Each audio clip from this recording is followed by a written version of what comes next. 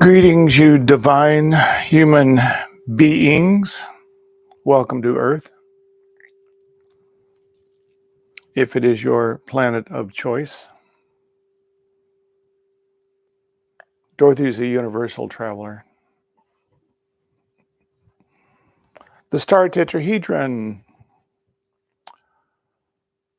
the coming together of divine power, divine emotion, moving through the cosmos. Now it's back.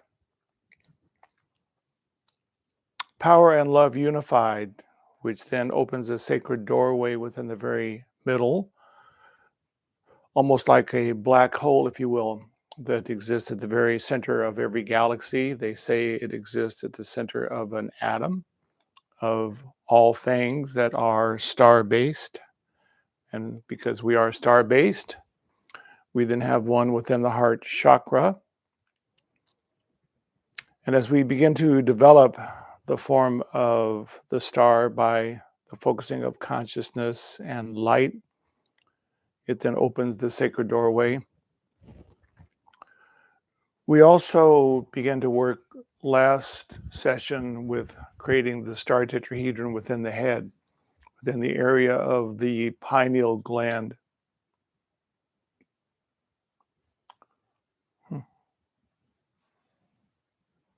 Would you see if you can push that plug in a little further and maybe the light went out? Who knows? This one? Mm-hmm. No, it must be the lamp. It's good news. Okay.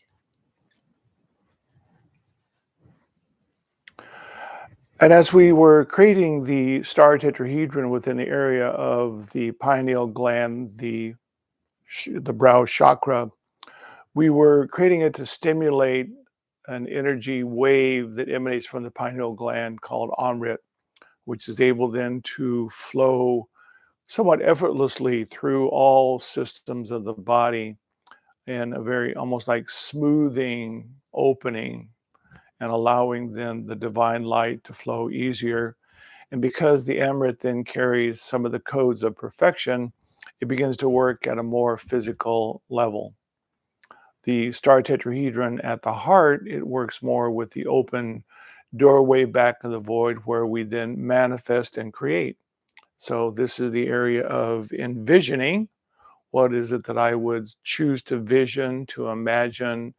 And as we then hold that focused within the area of the heart chakra, we then summon from out of the doorway that imagination feeling from the void, which as it rises forth, it then is refracted, reflected, and remembered by the facets of the star tetrahedron into manifestation. And then the substance, which we call the eoma, it then gathers particles of actual physicality around it, and manifestation occurs. In a very similar way, the divine being that you are is holding the consciousness within divine mind of the form, the structure, the body that you are. And as the divine mind is holding in imagination and feeling that structure, then the eoma is precipitating substance around it, and you have a physical body. But the form or the pattern was within mind, as it is within all creation. Mind is the creator, and substance then is that which brings it into manifestation. And so all creation is really consciousness. As we well know, it is even consciousness that first formulated the rudimentary form of the hydrogen. One atom of positive proton, negative electron that then filled the universe at the Big Bang. And as it coalesced into star systems, those star systems collapsed upon themselves, which then formed the hydrogen together, which then created the manifestation of all the elements in creation. And when those stars exploded, then all the elements that formed all the planetary systems was formed. And so because you are part of that elemental formation, you literally are the embodiment of stardust. walking, talking stardust. And it is then your consciousness that animates the stardust, that keeps it in motion. And that's what we are talking a little bit more about today is the motion or the energy in motion that you are. So in the very beginning of creation, as source emanated from out of the void, it was an emanation of creative joy, love, creative joy, literally what manifestation source could bring forth to illuminate that which is within the imagination of the divine. And so all creation is simply the outward illumination, able to be measured by touching, tasting, sensing, feeling, the five senses, actually measuring through manifestation what source can be. If source is just the mind imagining and thinking, then there is no life. But when source was able to bring it into manifestation, one could then measure through the five senses and actual see, taste, touch, and feel what source had first imagined within the void. So pretty clever. So this feeling that was first arising forth from source of joy, of creative expression, it doesn't mean that it was also something that wasn't very dynamic. And so when a star collapsed upon itself, it would look destructive, but in fact, it was simply the energy of source coming together in a very concentrated way and then fusing all the elements together. And the massive explosion, it could look violent, but it was simply the creative expression of source sending forth the elements of creation into manifestation. So even that which we might call violence, if it's done in a way of creative manifestation, is something that's harmonious and good. It's much like someone who might be someone who works with glass and they sculpture glass. Well, they put it in the fire. The fire could look destructive, but in fact, it's simply a tool that can be used as a creative source. And so when then we as human beings began to come upon the scene, we then began to work with energy and motion. And if our energy and motion, which was more during the time of Adam and Eve, because we didn't have free will yet, everything that we did was done in creative, loving joy, supporting, honoring, upholding life everywhere. But then when we ate of the apple of knowledge, which was the intention of giving us free will, so we could begin to learn through good and bad and choices. If we do something that is in error and harms or hurts someone, we receive that back, which we then learn as we continue on the path of evolution to simply once again use our free will in ways to support, uphold creative life. And as we're moving upon that pathway, when we then did something that was in error or we hurt or harmed someone, it was no longer creative joy. It created within that individual an emotion, which is then a counterclockwise spiral. They were no longer living in creative joy, in oneness with Source. They were now feeling shame or blame or frustration or anger or hopelessness or loneliness, the whole gamut of emotions, clear down to lack of trust and confusion. And then because we were the ones that imposed upon them that emotion, we then had to come back in another lifetime and someone then imposed upon us that same emotion. And so we felt shame or blame or lack of trust or powerlessness, which then gave us the opportunity to realize if I simply love myself and I don't need to find support or acknowledgement or money or power or glamour outwardly, but I find it inwardly through loving and honoring that which is the source God within me, I can then use my free will once again in a very dynamic, creative expression of joy and then dynamic activity with free will to support, edify, and even expand the possibilities of creation. And so whenever we then felt those counterclockwise spirals of emotion and we received it back, we always received it back in childhood.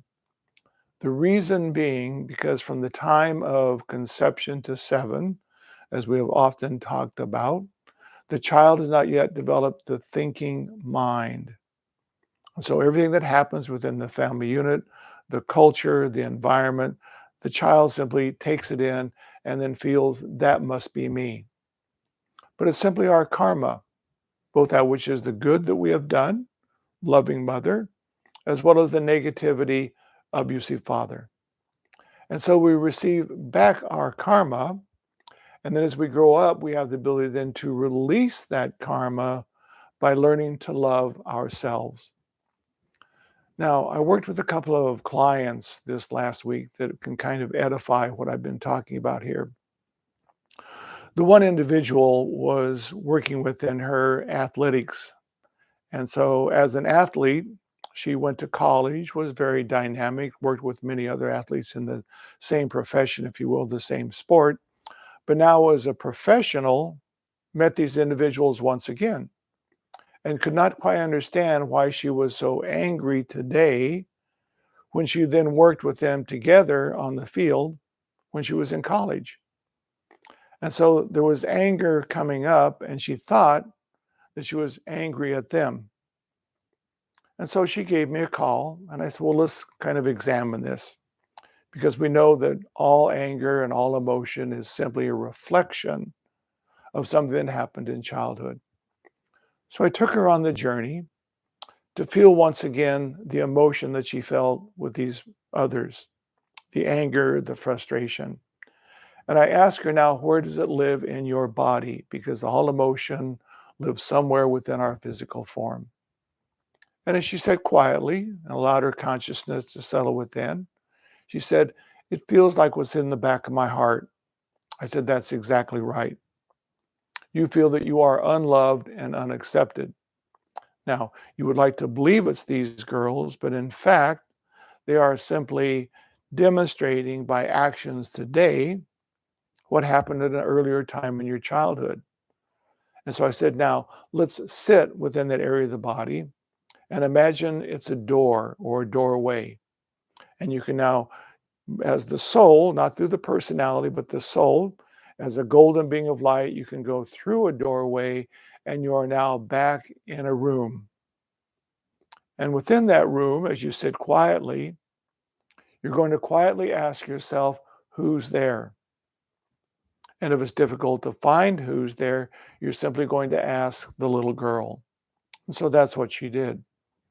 And she said, it feels like my father. As you well know, I'm a very dynamic spiritual being today. I said, yes, I know that, and I quite honor that. But back then, I had all of these feelings and wisdom and understanding, and he was always putting me down and negating me because he wanted me to be like him. Someone in business, someone active, someone doing. And I said, that's exactly right. And so you felt belittled and shamed back then. So it's not about today. It's about back there in time, space, 3 years old, when your father was there in this scenario. I said, now what you need to do, you need to step into the room as the divine being you are, this magnificent golden being of light that even created that scenario back there in time, space, created the scenario today where you thought you were anger or angry. And because the soul created both of those situations, it is the soul that can then go back through time, space, be in the room with that little girl and give her the right to come up to be a warrior. Because it is the childlike part of us that must be able to stand up and say no. The reason being because it is only the child that has a physical presence. The soul is there with the child, but it is the soul that has to give energy to the child to say, stand up, be authoritative, be strong, and move that energy out of your space. Be a warrior for yourself. And as she did that and moved that energy out, she felt the release of anger. Because in that moment of moving that energy out and acknowledgement that I can love myself, the energy disappeared out of the back of her heart. And so she felt another level of freedom, another level of clarity, and another level of peace.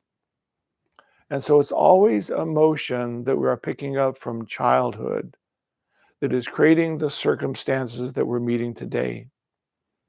We like to believe that something is happening to us. I'm angry at this person. I'm not trusting this. I don't believe this is going to happen on time. I feel shamed or belittled over here. It's never, ever about that.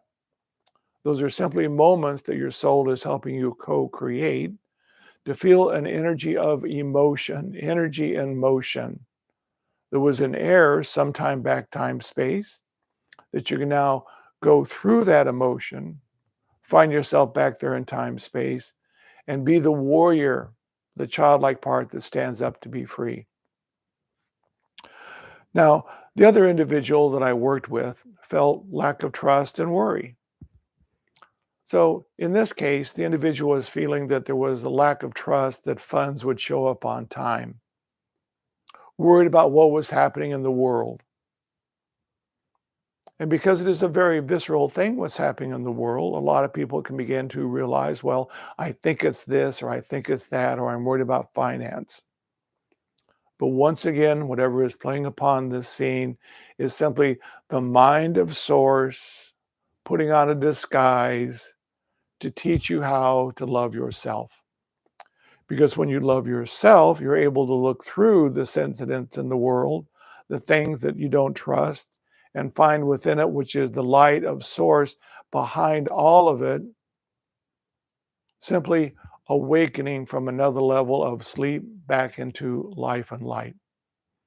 And so this particular individual went back through time and space to the area of the third chakra, which is an area of feeling powerlessness, feeling lack of trust. And back in time space, the father was not present. He was a figure within the family unit, but really nowhere present, no one really upholding, honoring, acknowledging, simply a figurehead. And so this little boy felt he is powerless in relationship to my manhood. His mother, on the other hand, was then overshadowing. And by being overshadowing and always trying to take care of him and love him, which was not unconditional, but loving him that if he feels loved and I feel loved, I'll feel good enough. That was her thinking.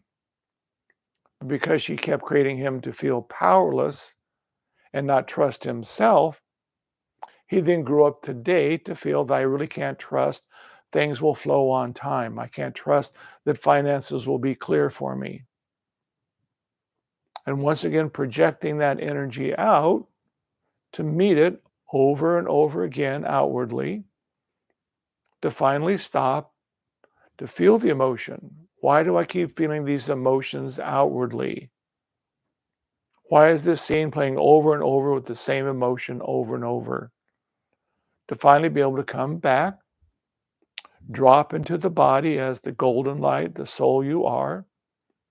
Feel where the emotion lives within the body, because all emotion lives somewhere within the tissues, the organs of the body. And if you sit quietly and simply ask the body over time by being patient, you will find that the body begins to reveal these little subtle hints to you. Now, this individual wasn't so willing to go back through that area into those areas of time, space. And so there will be then a persistence of things that aren't trustworthy, things that aren't able to be honored by worrying about them, thinking once again things are happening to me. But it's never that. No matter what's going on in the world, it's never that. Everything is simply consciousness, the mind of Source, God, playing within the dimensions of reality, doing one thing, teaching you how to love yourself, so that by loving yourself, you too become a creator being that can then work with the power and the creation of the source energy and free will to edify, to expand, to acknowledge, to create an even more beautiful possibility of life on Earth. So this is where we are at this particular time on the planet. Lots of energy and emotion are rising forth. We might call it the darkness rearing its head. But if you're feeling emotion around it, it's yours. If you're able to observe it with compassion and even send love and light to all of those individuals, all those players, all those actors within all those different things that are happening, that love will then seep through the form that you see. It will touch that which exists within all creation, which is this real source, and it will begin to stimulate it back into life. And we will change the planet by loving unconditionally all that is existing, rather than judging, condemning, or criticizing it, which is just self-judgment and self-criticism. And so we have a great opportunity at this particular time to make some real dynamic changes by changing the self. So as we do our meditation today, we can either work with the star tetrahedron in the head or the star tetrahedron within the heart, or you can even go back and forth between the two. I usually begin my meditation now within the third eye with the star tetrahedron, and I create this beautiful temple. The star tetrahedron that I'm sitting within, it's a temple. And above it, this beautiful faceted structure of living light. Beneath me, this beautiful facet. And then flowing from the walls and the ceilings and the floor, this beautiful golden elixir of living light, Amrit, which I then feel gently moving and seeping through my body. As I sit there for a while in that living temple, then I bring my attention down to the heart chakra, and I then create the star tetrahedron that I sit within around my body. And so these are not, again, opposite. They're simply co-creative aspects of the divine being we are. So let's go ahead and do some breath work. We always know that the breath work is about summoning source from the open doorway within the heart.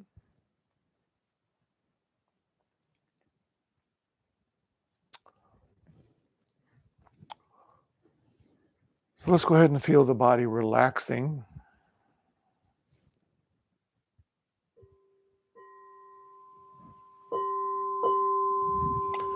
And to be aware of the breath inhaling deeply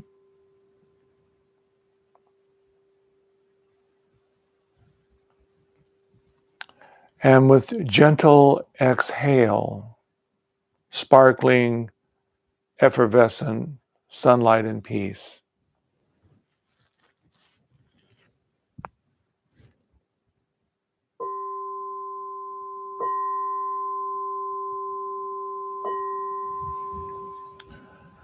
The deep in-breath is summoning from the open doorway within the heart. Source love and light into this dimension. See it, feel it with the in-breath.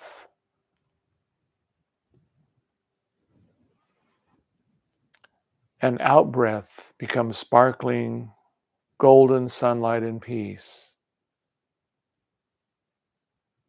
through every cell and tissue of the body and flowing out into the world.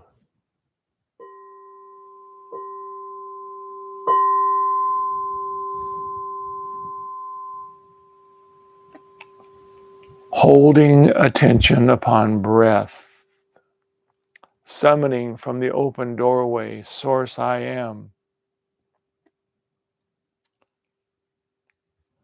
to become sparkling, effervescent light flowing out into the world.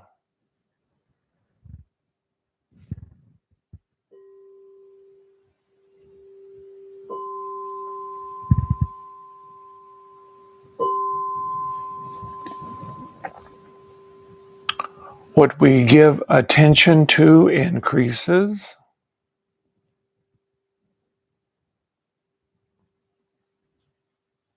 Holding attention upon the divine summoning from the open doorway.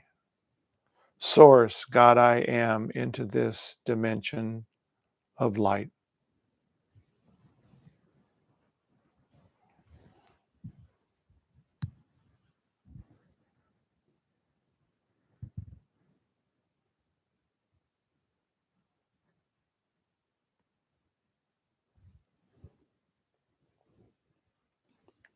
Spine nice and straight.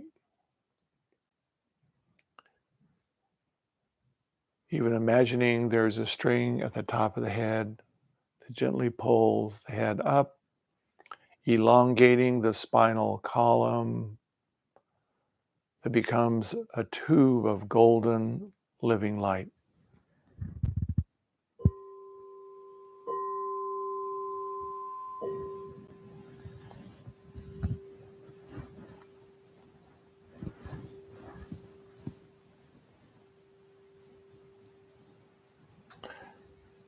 And I breathe in source, open doorway into the void, spirit arising forth to become living sunlight and peace.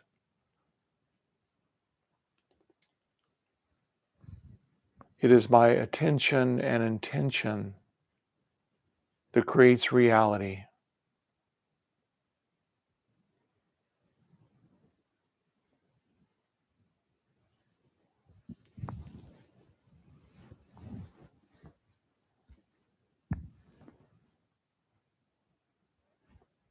Breathing deeply,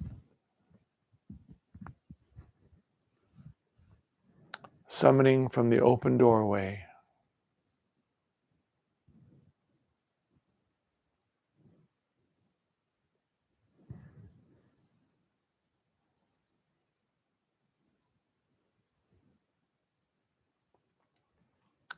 And a couple of more deep, deep breaths.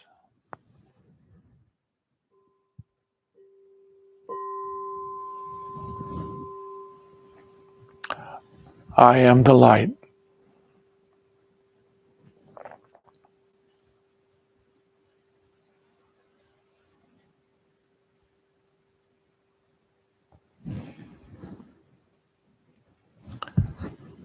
And then very easily now,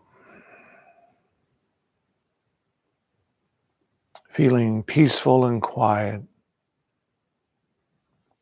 slowly coming back into the now.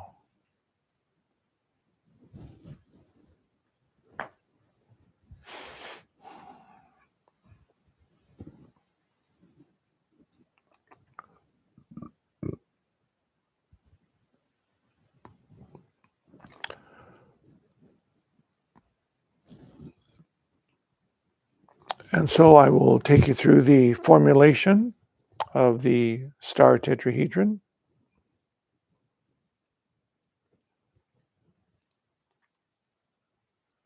both within the head and within the heart as you choose.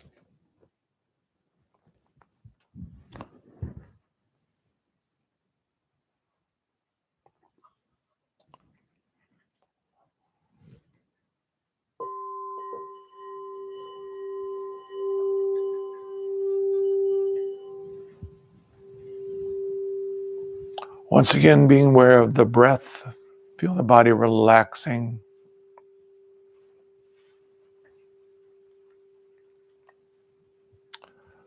Then slowly bring your attention between the eyebrows.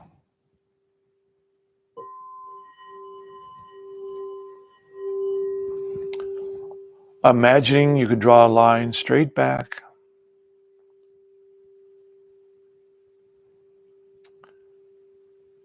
and within the approximate center point of the head, igniting the light of the soul.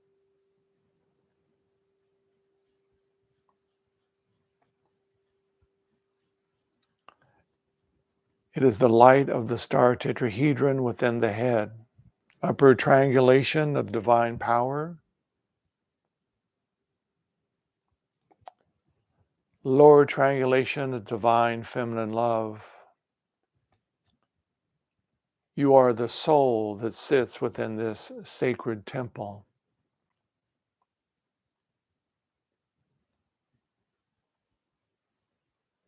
With effortless ease, you observe flowing from the floor, from the walls, this golden sunlit substance.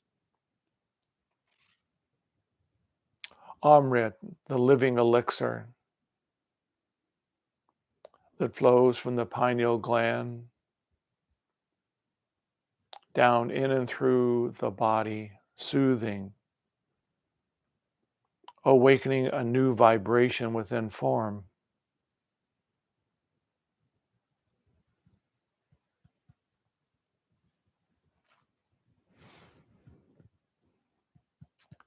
And within the star tetrahedron within the head, living light shines like a corona. This is the halo of the saint.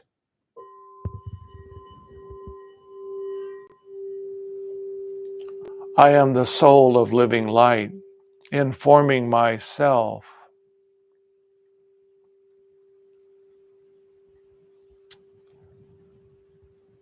And as I so choose, I can create the star tetrahedron around my body.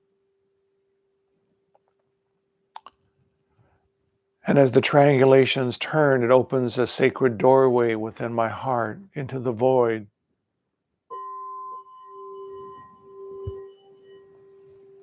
And spirit arises forth, and the light within the head images it into creative potential. I am the sunlight. Radiant and living light, I am.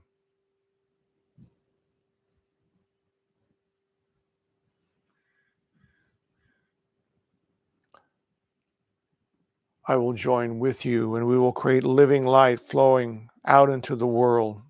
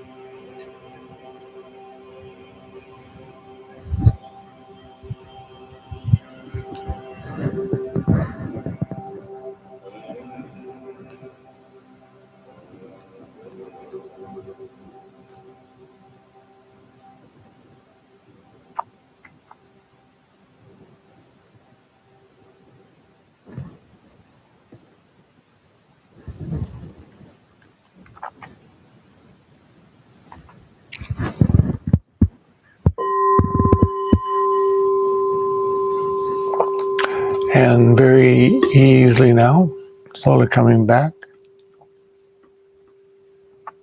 into the now.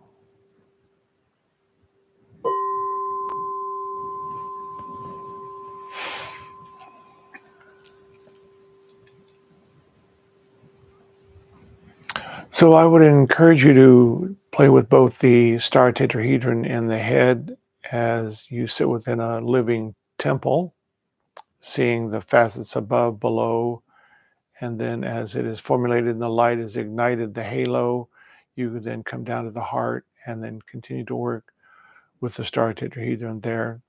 And if you feel like it, go back up to the head and just back and forth. No worries. So thank you very much for joining tonight, and we will see you very soon. Namaste.